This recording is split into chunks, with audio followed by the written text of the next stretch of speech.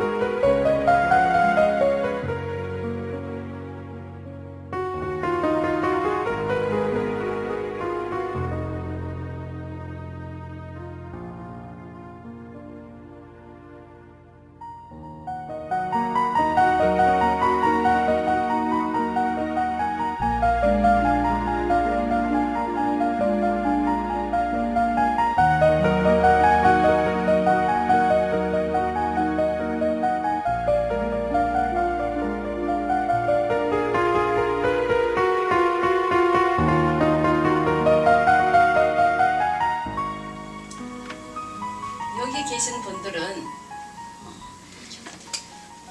캘리포니아에 있는 그 데스밸리를 거의 다 가보신 줄 알고 있습니다. 저는 2001년 3월에 처음 갔었는데 한국의 유명한 그 김남조 시인께서 LA에 오셨댔어요. 그래서 그곳에 꼭 한번 가보고 싶다고 그러셔가지고 문인들 한 5명이서 함께 그곳에 가서 2박 3일을 자면서 그것을 구경을 했습니다. 저는 죽음의 계곡이라기에 정말로 생명이라고는 하나도 없는 완전한 죽음의 고요만이 있는 그런 골짜기인 줄 알았어요. 그런데 정말 거기는 죽음의 골짜기가 아니라 생명의 골짜기였어요. 미국의 기상 관측 역사에서 가장 덥다는 기록을 가진 것이 데스밸리라고 합니다. 그 무섭도록 뜨거운 태양과 밤마다 새로운 풍경을 만들어내는 거친 바람, 그렇게 많은 꽃들이 피어 있고 있을 줄 몰랐고, 그 따끈따끈한 실개천에 새끼손가락보다 더 작은 물고기들이 그렇게 신나게 꼬리를 흔들면서 헤엄쳐서 달려가는 것을 상상해 본 적이 없었습니다. 그리고 그 웅장한 자연들이 자신의 삶의 이야기를 그토록 말없이 온몸으로 토해내고 있는 모습을 보면서 가슴이 미친 듯이 뛰어서 정신을 차리기 힘들 정도였어요. 정말 밤하늘의 그 별들은 정말 주먹만큼 컸어요. 정말 쏟아질 것처럼 그 많은 별빛 속에서 그것이 저에게는 그것이 수억의 눈동자로 보였습니다. 그래서 저 눈동자 아래서 내가 정말 어떤 죄악도 어떤 정말 부끄러운 모습도 보이지 말아야 되겠구나. 그 눈동자들이 수억의 눈동자가 내 모든 것을 다 지켜보고 있구나 하는 그런 느낌이 들었습니다. 그래서 저기에 수억의 눈동자, 정말 두려운 눈동자라고 제가 표현을 했죠. 그리고 자고 일어나면은 그 바람이 밤새도록 휩쓸고 가니까 그 모래가 어제하고 다른 또 모양을 가지고 있는 거예요. 정말 정말 잔잔한 물결이 어떤 황금빛 정말 석양 노을 속에 그 바다 같기도 하고, 정말 어떤 비단 정말 어떤 실크 같은 이런 그런 모습도 있었고, 정말로 눈물이 쏟아질 것 같고 막 통곡이 터질 것 같아서 말을 할 수가 없었습니다. 그런 것을 제가 이걸 시로서 표현해 봤어요. 그러니까 어떤 평론가께서 이 시를 보시고 제 시 중에서 가장 절창한 시라고 이렇게 평을 해주는 그런 시입니다. 다음에는 시를 감상하시기 전에 시와 시인에 대해서 아주 기초적이고 기본적인 얘기 좀 하겠습니다. 대부분의 사람들이 강의는 어렵고 재미없어 하셔서 가능하면 안 하려고 합니다. 그렇지만 시에 대해서 조금 알고 시를 읽으면 시를 좀 더 깊이 있게 이해하는 데 도움이 될 것입니다. 그래서 짧게 하겠습니다. 사람들은 시를 읽으면 긴장이 풀어지고 마음이 차분하고 편안해진다고 합니다. 그것은 아마도 시가 갖고 있는 낭만성과 이상성 때문에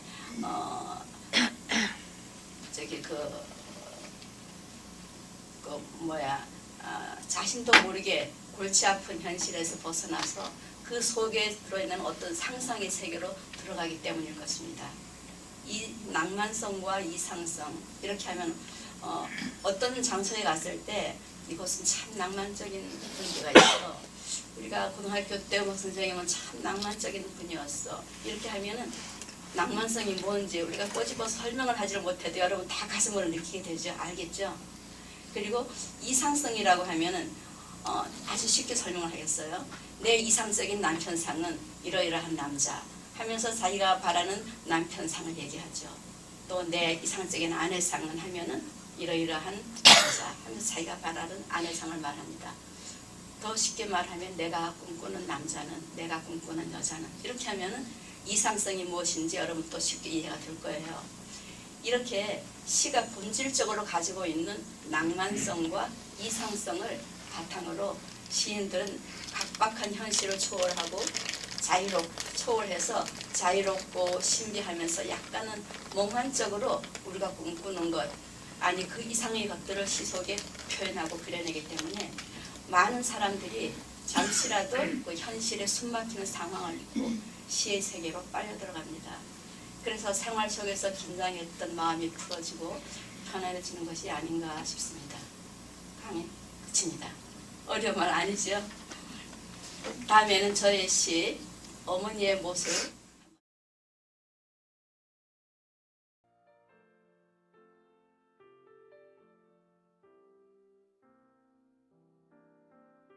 어머니의 못 차신제 액자 하나 제대로 못 거는 내 서툰 못질이 남편 따라 미국으로 오면서는 어머니 가슴에 커다란 대못 하나 야무지게 잘도 박았습니다. 바람 불고 비 오는 날이나 햇볕 쨍쨍 맑은 날에도 언제나 젖어있던 그 못자리 수십 년 그 못에 겹겹이 걸어두신 그리움 뼛속을 드나드는 그 무게로 하얗게 휘었던 눈 지금은 해돋는 바닷가 언덕에서 젖었던 시간 꺼내어 말리고 계시겠지요. 너는 내 가슴에 못 같은 건 절대로 박은 적 없다고.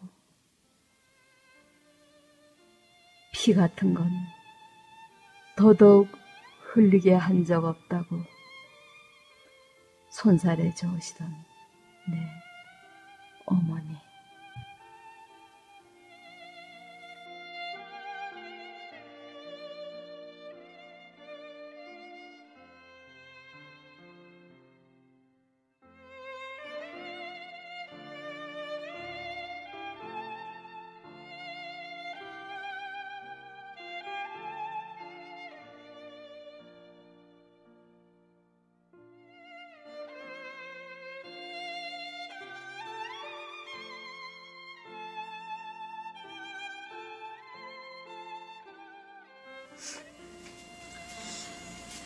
저는 시를 어려운 언어로 쓰지를 않으니까 이 시를 보시면 쓸 때 제 심정도 여러분께 잘 전달이 되리라 생각합니다. 지금 생각해도 어머니를 두고 미국에 온 것 자체가 얼마나 불효였는지 가끔 그런 생각하면 가슴이 저며오죠. 여기 계시는 분들 아마 대부분 다 저 같은 심정일 거라고 생각합니다. 어머니들 두고 오셨다가 또 나중에 어머니가 오신 경우도 있긴 하겠지만요. 여기서는 제 어머니에 관한 얘기를 좀 하겠습니다. 제 아버지의 고향은 강원도 삼척이고 제 어머니의 고향은 강원도 강릉입니다. 두 분은 결혼하시고 아버지의 직장이 있던 서울에서 신접살림을 시작했는데 첫 아기인 저를 어머니는 친정이 있는 강릉에서 낳고 한 달 조리 산후조리를 한 후에 다시 서울에 가서 저는 서울에서 자랐죠.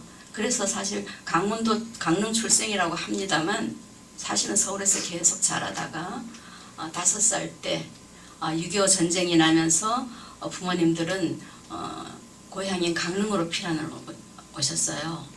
그리고 이제 전쟁이 끝나자 아버지는 그때 제가 초등학교 1학년 끝나고 조금 살다가 이제 제가 초등학교 1학년 가을에 아버지 어머니는 이제 서울로 다시 가실 준비를 하고 있던 중에 그해 여름에 급성맹장염을 급체라고 오진을 한 의사 때문에 한 이틀 동안을 아버지가 급체니까 그러면서 그럼 체한약을 주신 거예요. 근데 그 사이에 그 맹장이 터져가지고 복막염이 돼가지고 수술을 2번이나 받으시고 또 회복을 못 하시고 36세 강릉에서 세상을 떠나셨습니다. 그때 어머니는 29이었고 저는 8살이었고 제 밑에 6년 아래인 여동생이 2살짜리 여동생이 있었어요. 그렇게 3명의 여자들만 세상에 남겨두고 아버지가 가셨죠. 그 후 어머니는 친정 근처에서 이제 한 3년 정도 사셨는데요. 제가 기억하는 그때 어머니는 아프다고 하시면서 맨날 방에만 누워 계셨어요. 뭐 어디 돈을 벌러 가시는 것도 아니고 어디 뭐 놀러 다니시는 것도 아니고 맨날 아프셨어요.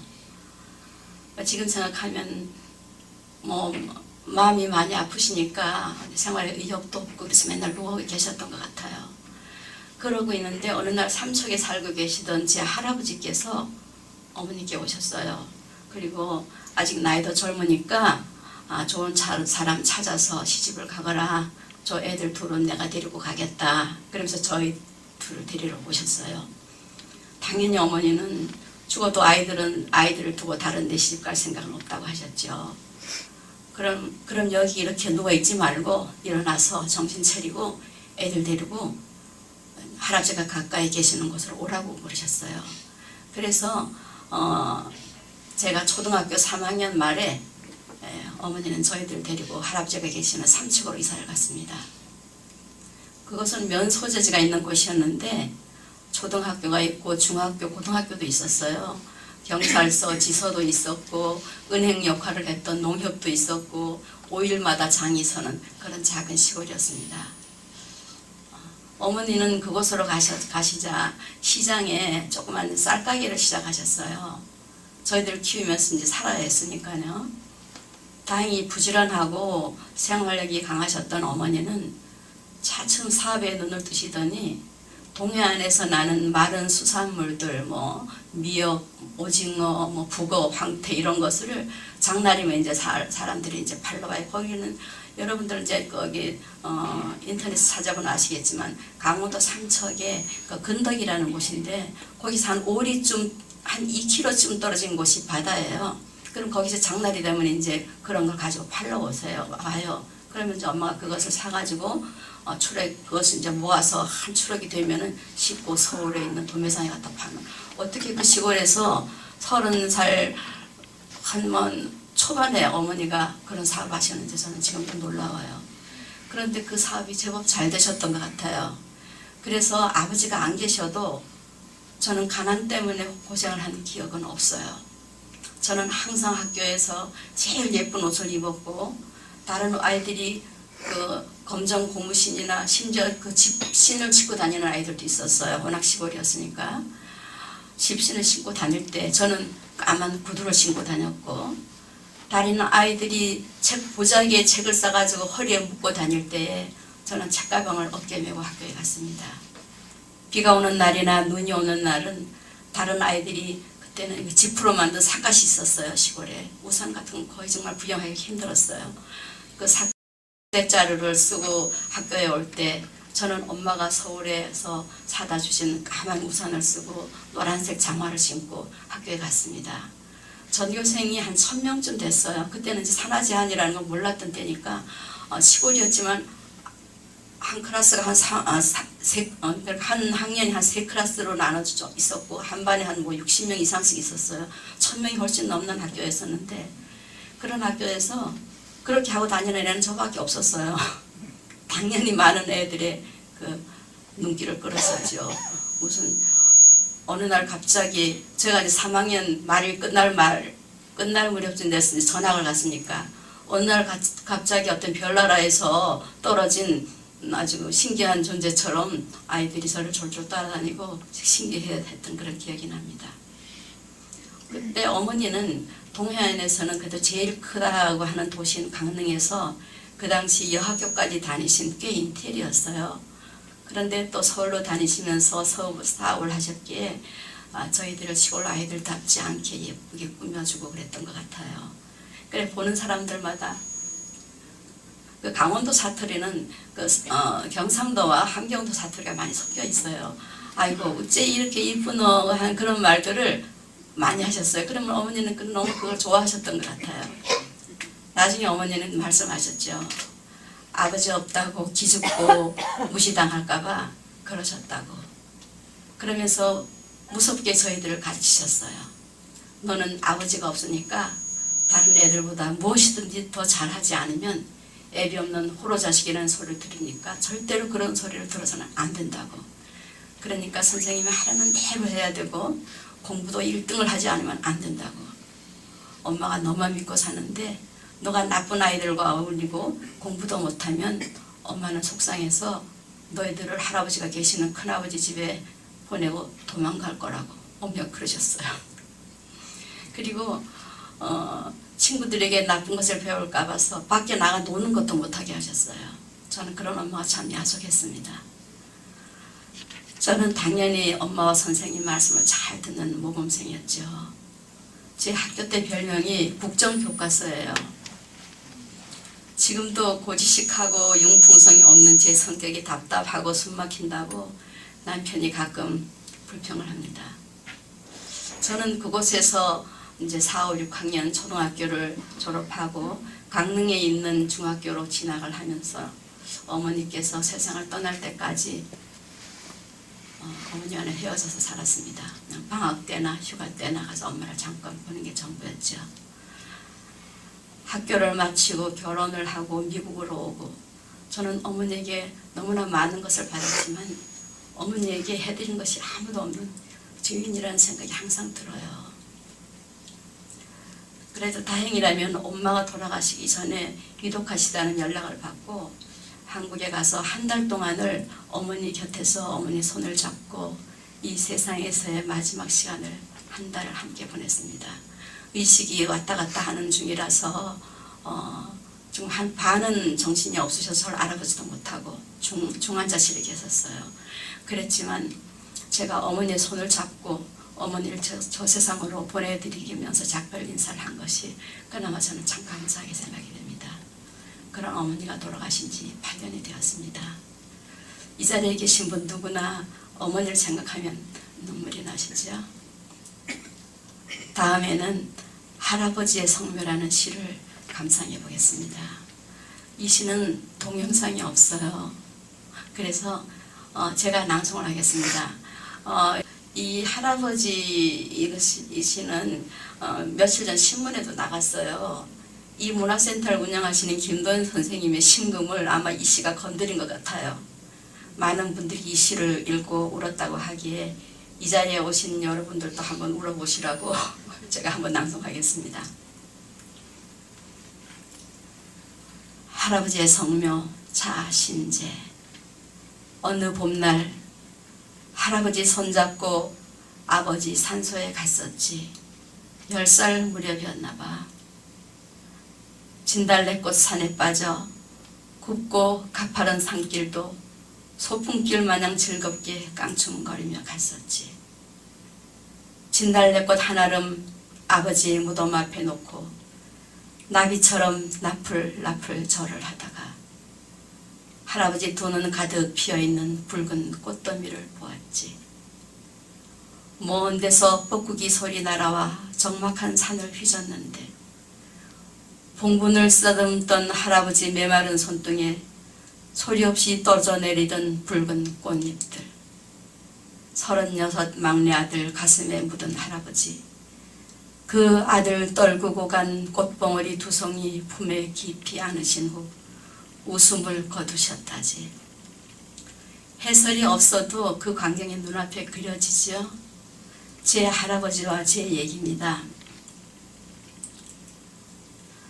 그날 할아버지 눈에 가득 피어있던 붉은 꽃더미는 눈물이 가득 고인 할아버지의 두 눈이었고 할아버지 손등에 떨어져 내리던 붉은 꽃잎은 할아버지의 붉은 눈물방울이었습니다.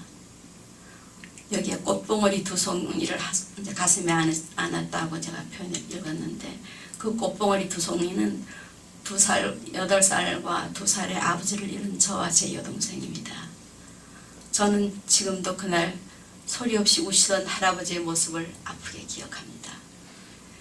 그러나 그때까지도 저는 아버지가 없으면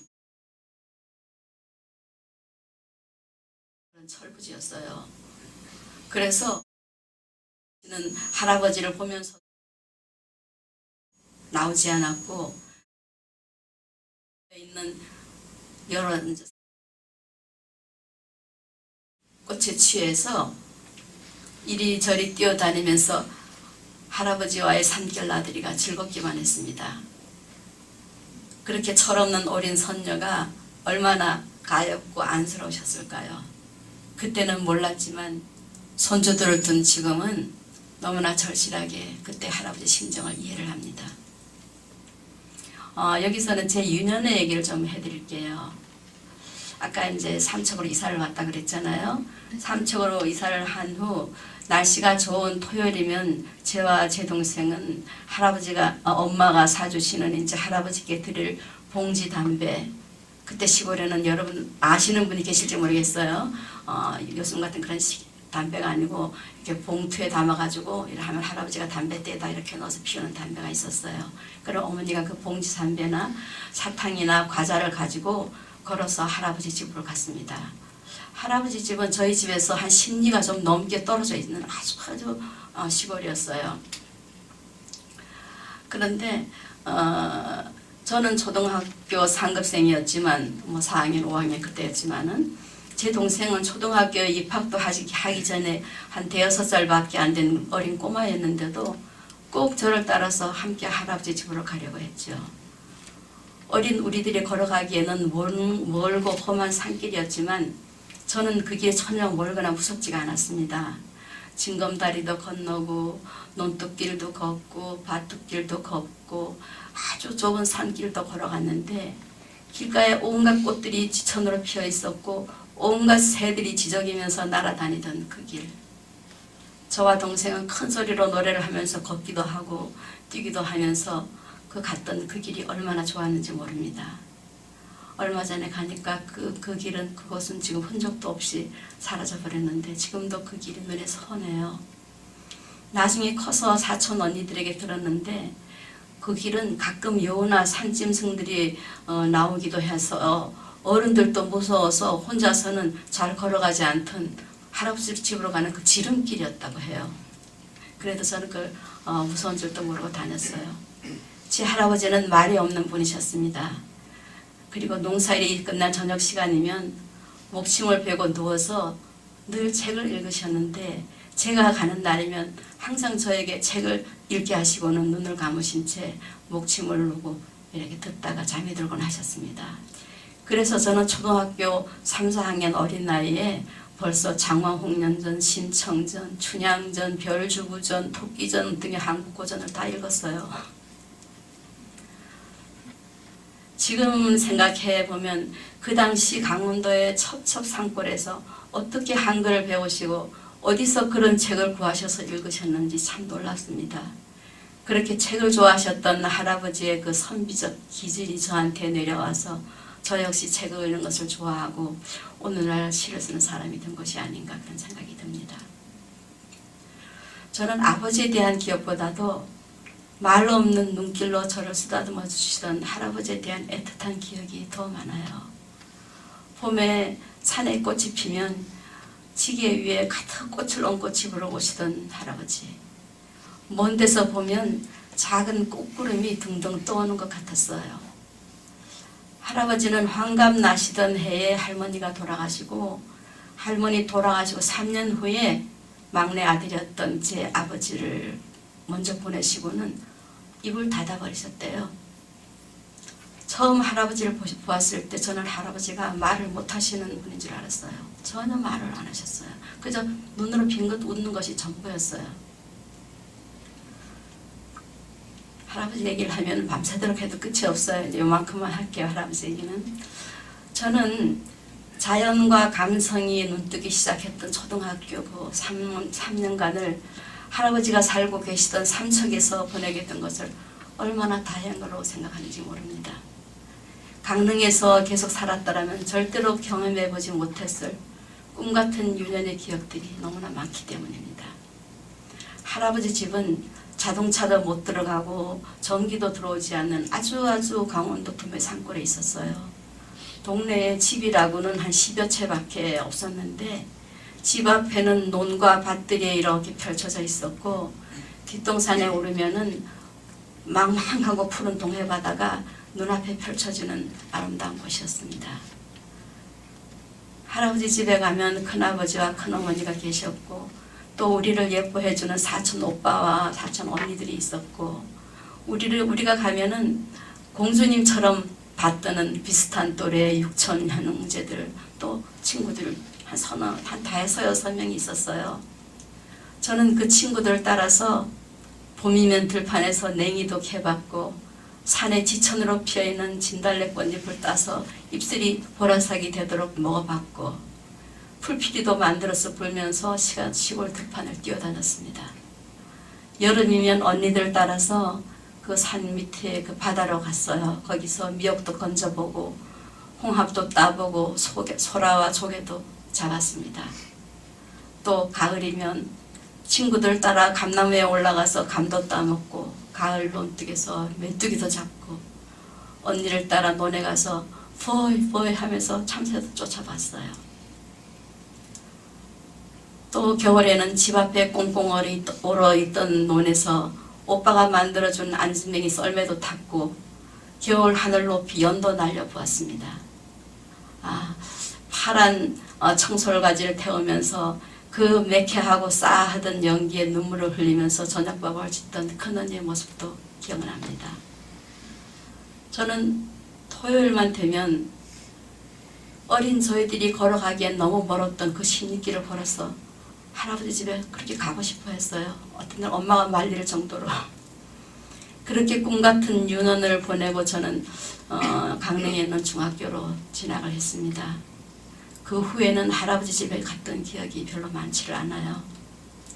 그러나 제 평생에 할아버지 집에서 잠을 잔 날은 다 합쳐도 2달이 채 안 될 것 같은데 지금도 고향하면 제 아버지가 태어나서 자랐던 강원도 두메 산골이 제가 태어나서 자란 고향처럼 가슴에 싸하게 다가옵니다.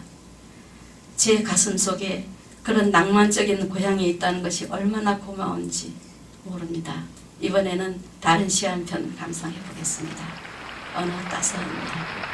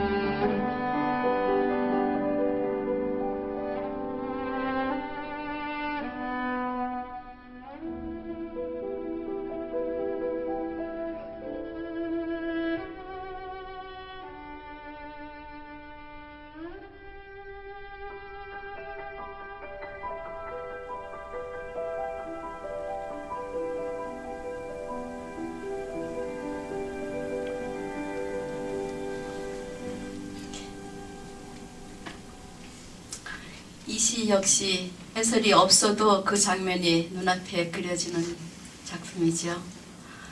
2009년 가을에 심장병과 고혈압으로 고생하시던 시아버님께 치매가 왔다는 연락을 받고 아버님을 뵈러 갔습니다.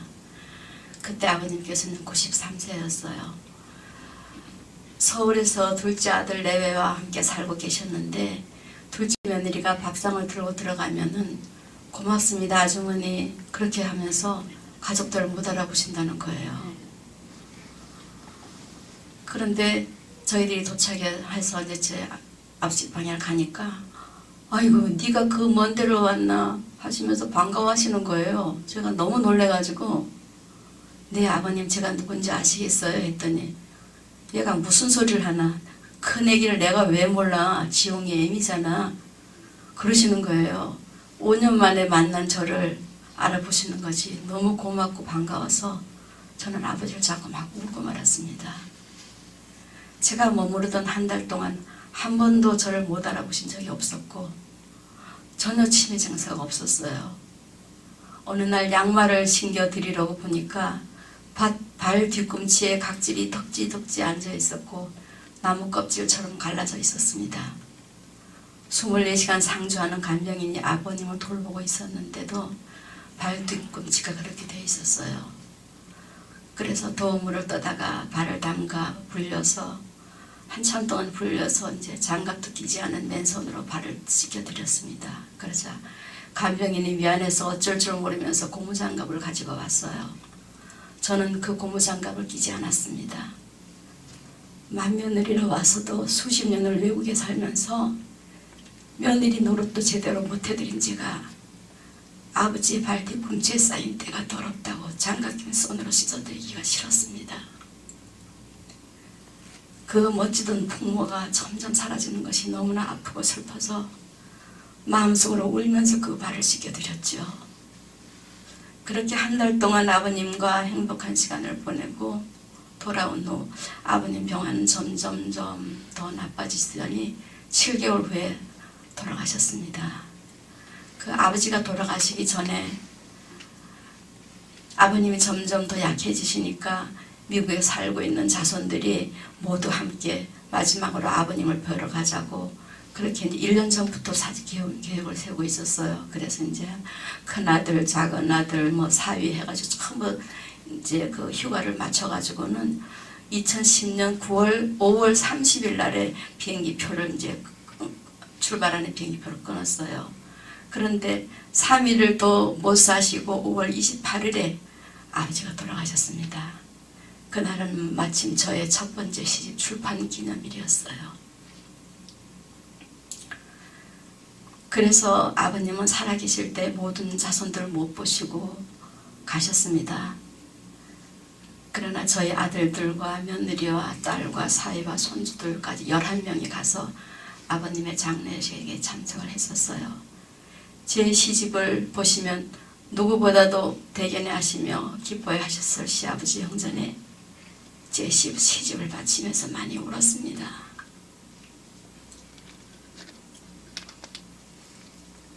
제 시아버지는 정말 멋진 로맨티스트였어요. 꽃도 좋아하시고 클래식 음악도 좋아하시고 그런 취향이 저와 너무나 같아서 저희들은 그 아버지는 그 세 며느리 중에서도 저를 유난히 사랑해 주셨고 또 그래서 우리 아버지와 저는 또 유난히 친했습니다. 그래서 동서들의 시기와 질투도 좀 받았어요. 우리 아버지는 참 잘생긴 미남이셨어요. 그런 아버지가 저는 몰랐는데 다른 사람들에게 제 얘기를 하실 때는 늘 이쁘고 똑똑한 우리 큰 며느리 그러셨대요. 아버지 눈에는 제가 아마 꽤 이쁘고 똑똑해 보였던가 봐요. 제가 사실은 참 바본데. 제가 시인이 되었을 때에 그래 나는 네가 글이 될 줄 알았다. 그러시면서 정말 진심으로 기뻐하고 대견해 하셨습니다. 저는 결혼을 하고 결혼 생활과 함께 시집살이를 시작했어요. 종갓집 맏며느리가 무엇인지도 모르고 겁도 없이 26대 종갓집 맏며느리가 된 저는 할 줄 아는 것이 아무것도 없었습니다. 오직 하면 제 시어머니가 못할 줄은 짐작했다만 해도 너무하게 모르는구나 그러셨어요. 그러면은 저는 그것이 흉인지 욕인지도 모르고 그렇죠 어머니 저 정말 아무것도 못하지요? 하고는 히히하고 웃었어요. 어머니는 그런 저를 보시고는 어이가 없으셨는지 속이 좋은 거냐 철이 없는 거냐 하시면서 혀를 끌끌 차시곤 했습니다. 그렇게 철 없는 저를 아버님은 무조건 감싸고 사랑해 주셨죠. 등단을 한 후 2000년 초에 제가 문학 공부를 한다고 한국에 몇 년 있을 동안 남편은 사업 때문에 중국에 가 있었어요. 혼자 있는 저가 안쓰러우셔서 아가 데이트 안 할래? 어디 바람 쐬러 안 갈래? 아가 뭐 먹고 싶은 건 없냐? 하시면서 거의 매일 전화를 하셨습니다. 아버지는 며느리가 셋이 있었는데 그 중에서도 50이 넘은 저만 큰아가 아가 하고 부르셨어요. 다른 며느리들은 누구 애미야 누구 애미야 그러시면서 저는 아버님이 저를 아가 하고 부르시는 게 너무 좋았어요. 그러면은 저는 네 바다 보고 싶어요 하면 인천으로 함께 드라이브를 가고 맛있는 거 사주세요 하면 맛있다고 소문난 집을 찾아서 저와 데이트하시는 것을 아주 즐거워하셨습니다. 그럴 때 저는 늘 아버지의 팔짱을 끼거나 아버지의 손을 잡고 다녔어요. 넘어지실까 봐 겁도 났지만 아버지가 제가 그렇게 아버지 팔에 매달리고 하는 것을 너무너무 좋아하셨어요. 아버님은 이제 조그만 이제 중소기업을 운영하고 계셨어요. 그래서 이제 아버님 전용 이제 운전기사가 있었어요. 그래 아버님의 운전기사가 그런 우리를 보고는 꼭 회장님 애첩 같아 그러실 정도로 저희들은 이렇게 서로 사랑하고 그랬습니다. 저는 이분이 아버지의 사랑을 모르고 자란 저는 그분이 제 시아버지인 것이 너무나 고맙고 자랑스러웠어요. 진심으로 존경하고 사랑했던 아버님이십니다. 돌아가신 지 7년이 됐어요. 이제 제 얘기는 여기서 끝나고 조금 또 다른 얘기를 할게요. 지금까지 제 시를 보신 것처럼 저는 어려운 언어로 시를 쓰지를 않습니다. 그래서 대부분의 제 시는 따로 해설이 없어도 제 시만 읽어서 공감하시는데 큰 어려움이 없어요. 그리고 너무 순수하고 솔직하게 제 시적 내면을 드러내기 때문에 저희 시집을 한번 읽고 나면은 제가 살아온 인생이 환히 들여다 보인다고 하는 사람들이 많아요. 쉬운 언어로 어렵지 않게 쓰기 때문입니다. 그런데 여러분도 아마 느끼시는 분들이 많을 거예요. 요즘 나오는 시들, 특히 신춘문예의 문학성과 예술성이 뛰어나다는 그런 평을 받으면서 세상에 나오는 시들을 보면은 시를 쓰는 저도 도대체 무엇을 말하는 건지 어떤 공감대를 주기 위해서 쓰는 시인지 너무 어렵고 난해해서 몇 줄 읽다가 덮어버립니다. 저는 시라는 것이 문학적이고 예술적인 가치도 중요하겠지만 그 이전에 읽는 사람이 그 시의 주인공이 되어서 현실을 뛰어넘어 꿈을 꿀 수 있도록 하는 것이 진정한 시의 가치라고 생각하는 사람입니다. 시를 읽는 사람들 대부분은 시를 연구하고 공부하기 위해서 시를 읽는 것이 아니고 많은 사람들이 그냥 시가 좋아서 읽는 평범하고 순수한 감성을 지닌 사람들이 많습니다. 그래서 읽어서 쉽게 가까이 다가오면서 공감대를 주는 시들이 많은 사랑을 받게 되죠. 그러나 그렇게 쉽게 읽히면서 독자들에게 공감을 주는 시라고 해서 그런 시가 쓰기도 쉬운 것은 절대로 아닙니다. 시를 읽는 독자들로 하여금 그 시를 쓴 시인이 꿈꾸고 숨쉬는 시의 세계로 끌어들이는 일이 얼마나 힘들고 어려운 작업인지 여러분들은 상상도 못할 것입니다. 다음 시 한 편 감상하겠습니다. 나는 시골버스 차장이 되고 싶었다.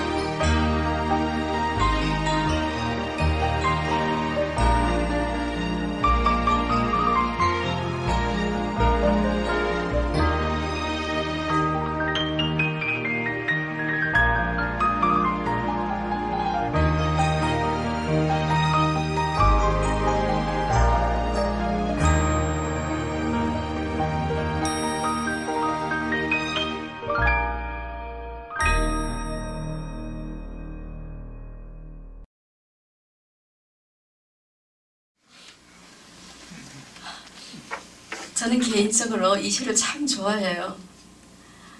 초등학교 시절 시골 신장로는 아스팔트가 없었습니다. 자동차가 지나가면 구름처럼 먼지가 일었죠. 시골 아이들은 그 냄새가 좋아서 자동차 뒤를 따라가면서 달려가는 아이들도 있었습니다. 제가 살던 시골은 이제 동해안을 따라서 이제 내려가는데 강릉에서 뭐 울진 이런 데까지 하루에 버스가 그냥 한 10대 정도 다닐까 한 그런 시골이었어요. 저는 그때 멀리 사라져가는 버스를 바라보면서 그 끝은 어디인지 알고 싶었습니다. 저 길이 끝나는 곳에는 무엇이 있는지, 어떤 꽃이 피어 있을지, 어떤 세상이 펼쳐져 있을지 너무나 궁금했어요. 그래서 버스 차량이 되면 여기저기 다니다가 그 어떤 유토피아가 있는 곳을 볼 수 있을 것만 같았습니다. 여기서 재미있는 얘기를 하면은 학교 다닐 때는 이제 선생님이 아이들한테 물어보죠. 넌 이 다음에 커서 희망이 뭐냐 하고 물어요. 그럼 아이들이 뭐 현모양처, 대통령, 장관 막 그래요. 근데 이제 저한테 이제 물으셨어요. 근데 아이들은 이제 저한테는 어떤 대답을 나올까 했는데 저는 버스 차장이요 그랬어요. 그랬더니까 그 아이들이 그 시골 아이들도 그 버스 차장을 뭐 별로 시시한 직업이라고 생각했던 막 백생을 막 두들기면서 막 웃어대는 거예요. 그래서 저는 그게 웃은 건지 몰랐어요. 그래서 얼굴이 빨개져가지고 그랬던 그런 기억이 있습니다. 저는 지금도 고속도로를 달리다가 낯선 동네 이름이 나오면 무작정 빠져서 들어가 봅니다. 그래서 굽이 몇 개의 산을 넘으면은 그곳에는 반드시 아름다운 전원 동네가 나오는 것을 여러분 아십니까? 환상적인 풍경이 펼쳐져 있답니다. 생전 들어도 못 보던 길, 저 길에서 뭐가 있을까 설마 그러는데 따라가 보면 그래요. 여러분도 한번 해보세요. 이번에는 제가 시인이 된 동기를 한번 말씀드리겠습니다. 어떤 시인께서 방금 감상하신 저 시를 읽고는 이때 벌써 시인이 될 싹이 트어 있었구먼 하고 웃은 적이 있습니다. 저는 초등학교 때 백일장에 제가 쓴 글이 당선되어서 상을 받은 적도 있고 또 글짓기 시간이 되면 제가 쓴 글을 친구들에게 읽어주시면서 잘 썼다고 선생님이 칭찬도 많이 받았습니다. 그래서 선생님은 제가 글재주가 있다고 생각하셨는지 초등학교를 졸업하고 이제 강릉에 있는 중학교를 갈 때 중학교에 가면 너는 꼭 문예반에 들어가거라 하셨어요. 그런데 중학교에 가니까 문예반 원예반도 있었어요. 그런데 저는 고민하다가 꽃이 있는 원예반으로 갔어요. 어릴 때도 아마 꽃이 그렇게 좋았던 것 같아요. 그때 아마 제가 문예반으로 들어갔다면 제가 좀 더 일찍 시인이 됐을지 알 수 없는 일이죠. 저는 50이 넘어서 시인으로 등단을 했습니다. 그동안은 아이들 셋을 키우면서 사는 그 이민 생활이 바쁘고 힘들어서 글을 쓴다는 것을 상상해 본 적이 없었어요. 그러나 어렸을 때부터 읽는 것을 좋아해서 뭐 시고 소설이고 신문이고 저는 닥치는 데 읽을 것만 있으면 그렇게 읽었습니다. 마침 뉴욕에서 우리가 살던 동네에는 그 국립도서관에 한국 책 코너가 있었어요. 그래서 뭐 많지는 않았지만 읽을 거리에 늘 목말라 했던 제 갈증을 조금은 죽일 수가 있었습니다. 책을 읽는 것은 힘들고 고달픈 이민 생활을 극복할 수 있는 유일한 돌파구였죠. 그러다가 이제 50이 넘어서 큰 아들과 딸이 대학을 졸업하고 막내 아들이 대학교에 들어가던 해에 한국에 갔다가 갑자기 얼굴 반쪽이 마비되는 병이 저에게 왔습니다. 다른 것도 아닌 얼굴이 망가지니까 너무나 절망적인 기분이 들어서 정말 죽고 싶을 정도였습니다. 우울증에 빠져서 두문불출하고 있던 저에게 중학교 때 바로 내 앞에 앉아있던 친구가 시인이 되어서 병문안을 온 것이 계기가 되어서 시를 쓰기 시작했습니다. 그런데 그 친구와는 뭐 자주 연락을 했던 것도 아니고 그 친구가 중학교 때 헤어지고는 아무도 만난 적이 없었어요. 38년 만에 그 친구가 어떻게 제 걸 알고 전화를 한 거예요. 근데 저는 얼굴이 많이 이제 일그러져 있는 이런 상황에서 안 만나려고 했어요. 그랬더니 꼭 만나야 된대요. 그러면서 그래서 나는 밖에 못 나가니까 네가 오너라 했더니까 저희 집으로 왔었어요. 그때 그 친구가 시집 두원, 자기가 쓴 거를 시집 두원을 가지고 왔었어요. 그래서 정말 얼굴이 망가져서 절망과 좌절감에 빠져서 죽고 싶을 때에 그 친구가 죽어간 그 두 권의 시집을 읽으면서 나도 문득 시를 쓰고 싶다는 생각이 들었어요. 그리고 이 친구가 시를 쓴다면 나도 쓸 수 있겠네, 뭐 그런 생각이 들었습니다. 그래서 처음으로 시를 쓰기 시작했고, 시를 쓰지 4개월 만에 어떤 문학 잡지에서 이제 작품을 모집한다고 해서 제가 응모를 했어요. 그랬더니까 제 시가 덜컥 당선이 됐어요.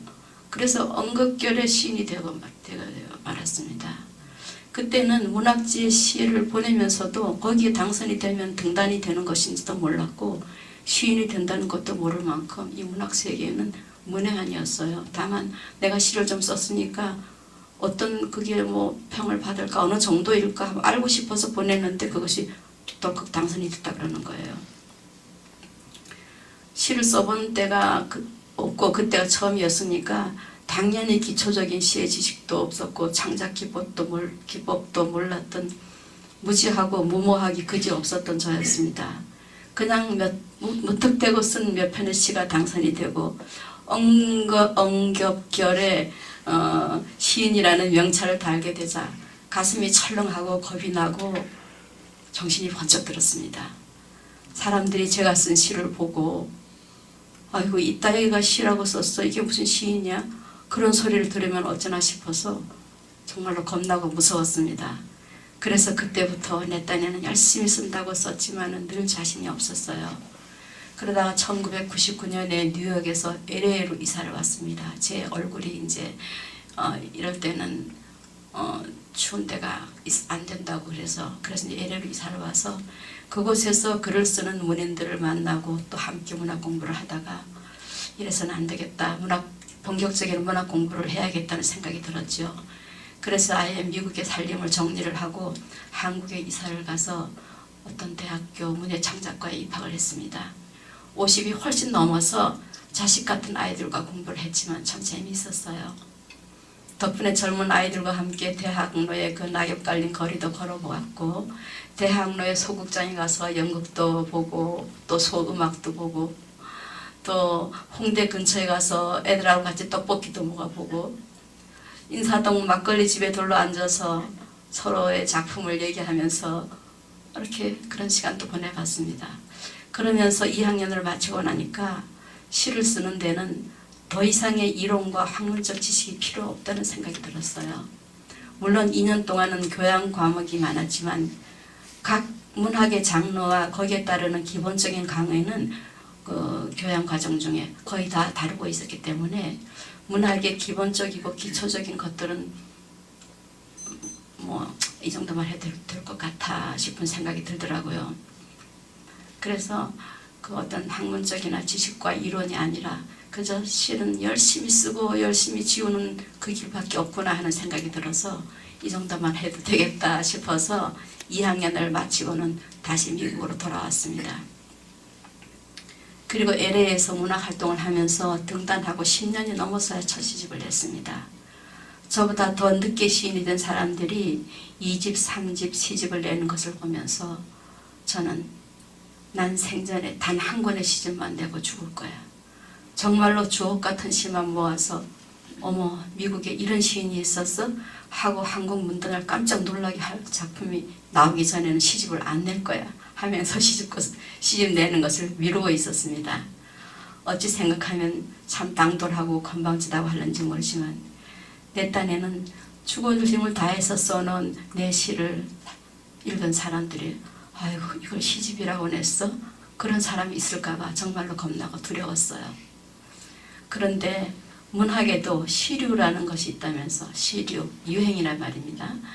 그 시간이 지나면 그동안 써놓은 시들이 유행이 지난 옷처럼 된다면서 10년 동안 모은 시 이제 그만하고 모아서 시집을 자꾸 내라 그러는 그런 선배 시인들 때문에 결국 2011년에 첫 시집을 냈습니다. 물론 지금 보아도 부끄럽고 설레는 작품들이 많습니다. 그러고 보니 제가 시를 쓴 건 또 어느새 20년이 되었습니다. 다음에 감상할 시는 10년쯤 전에 썼었는데 이번 가을에 비디오로 나왔습니다. 이 가을에는.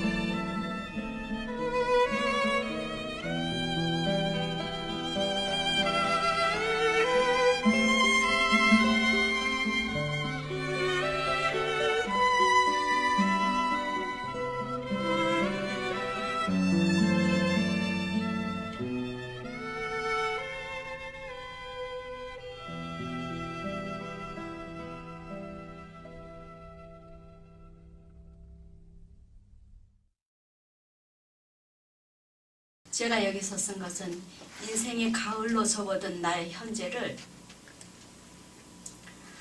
가을로 표현했습니다.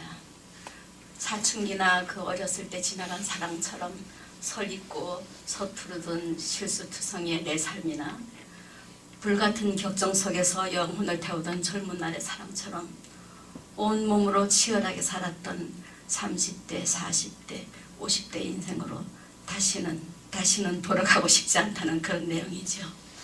그래서 이제는 익을 때를 익은 연시처럼 부드럽고 따뜻하고 넉넉한 마음으로 삶의 연륜이 소나무 향기처럼 풍기는 그런 사람이 되어서 점점 깊어가는 내 삶을 편안하게 그윽하게 살고 싶다는 그런 내용의 시입니다. 시인들은 가끔 백지의 공포라는 말을 씁니다. 백지의 공포. 아무것도 없는 하얀 백지 위에 자신을 드러내야 하는 일이 얼마나 힘들고 끔찍하며 공포라는 말을 쓰는지 아마 시인들만이 공감할 수 있는 언어일 것입니다. 그래서 시를 써야 하는 시인들의 영혼은 언제나 고달픕니다. 시는 시인들의 고통 속에서 태어납니다. 대부분 고통의 순간에 더 빛나는 시가 나오기 때문입니다. 그래서 시인은 그 고통 자체를 극복하고 즐길 수 있어야 하며 고통의 어두운 터널 속에서 빛을 볼 수 있도록 노력해야 합니다. 그 빛이 시인에게는 곧 시가 되기 때문이죠. 그런데 어두운 터널 속에서 빛을 보지 않고 빛 쪽에서 어두운 터널을 보는 순간 그리고 그 고통으로부터 자유로워지는 순간 시인의 생명은 끝나는 것입니다. 그래서 시인은 그런 본질적인 창작의 고통을 뜨겁게 끌어안고 갈 수 있는 열정과 인내가 있어야 좋은 글을 쓸 수가 있습니다. 그런데 저는 요즘 그것이 많이 부족합니다. 대부분의 시인들은 등단 초기 몇 년 동안은 아주 열심히 시를 씁니다. 그런데 글을 쓴 지 20년이 되는 지금은 그 열정도 많이 식고 또 제 영혼도 많이 피곤하고 지친 상태가 된 것 같아요. 올 한 해 저는 단 한 편의 시도 완성을 하지를 못했습니다. 그냥 시작을 해놓고 나면 그 뒤가 풀리질 않고, 그런데도 그 시 앞에 앉아서 그 영혼을 고달프게 하는 짓이 부질없는 짓 같아서 시 앞에 쓰기가 싫어지는 거예요. 그래서 완성작이 하나도 없어요. 올해는 늘 시에 마음이 묶여서 좋아하는 음악을 들을 때도, 또 가끔씩 한국 드라마를 보면서도, 또 뒤뜰에서 좋아하는 꽃들과 시간을 보내면서도 밀린 숙제를 하지 않고 딴짓을 하면서 놀고 있는 것처럼 늘 마음이 초조하고 불안합니다. 그래서 저는 시에서 자유롭게 해방이 되고 싶었고, 내가 어쩌다가 시에게 발목이 잡혀가지고 이렇게 마음의 평화가 없이 힘들게 살아야 하는지, 시인이라고 불리는 것이 부담스럽고 절망적인 심정에 사로잡혀서 모든 게 귀찮았습니다. 아무 것에도 구속되지 않는 홀홀 자유로운 영혼이 되고 싶었어요. 그래서 시 앞에 앉으려고 애쓰질 않았습니다. 그랬더니 과연 제 마음에 고요와 평화가 찾아와서 하루하루의 일상에 편안하고 행복했을까요? 아닙니다. 열심히 시와 씨름을 하고 있을 때보다 더 불안하고 초조하고 고통스러웠습니다. 시가 시퍼런 눈을 뜨고 저를 따라다니면서 너 지금 뭐하고 있는 거니? 하면서 저를 몰아세우는 것 같았어요. 저는 이제서야 저를 향한 하나님의 섭리를 깨닫고 많이 놀라면서 감사를 합니다. 어린 시절 서울에 살다가 전쟁 때문에 강릉에 피난을 간 것도, 다시 서울로 돌아가지 못한 것도, 또 그곳에서 어린 나이에 아버지를 잃은 것도, 또 강릉에 살다가 할아버지가 계시는 삼척으로 이사를 한 것도, 그 모든 것들이 제가 시를 쓸 수 있는 마음의 토양과 시를 쓸 수 있는 심성과 바탕을 만들기 위한 준비 과정이었음을 저는 이제 압니다. 그리고 아이들이 다 자라서 내가 더 이상 아이들을 위해서 할 수고가 없을 때에 이제는 온전히 너만의 시간 속에서 시를 써라 하시면서 제 얼굴을 마비시켜서 시를 쓰게 하셨습니다. 내가 고통스러워했던 그 모든 것들이 나를 시인으로 만들기 위한 하나님의 계획이고 섭리였음을 이제는 압니다. 그래서 이제는 시를 쓰는 고통까지도 달게 받아야겠다는 생각을 하면서 다시 열심히 써야겠다는 다짐을 하는 것도 하나님의 계획인 줄 믿고 감사를 드립니다.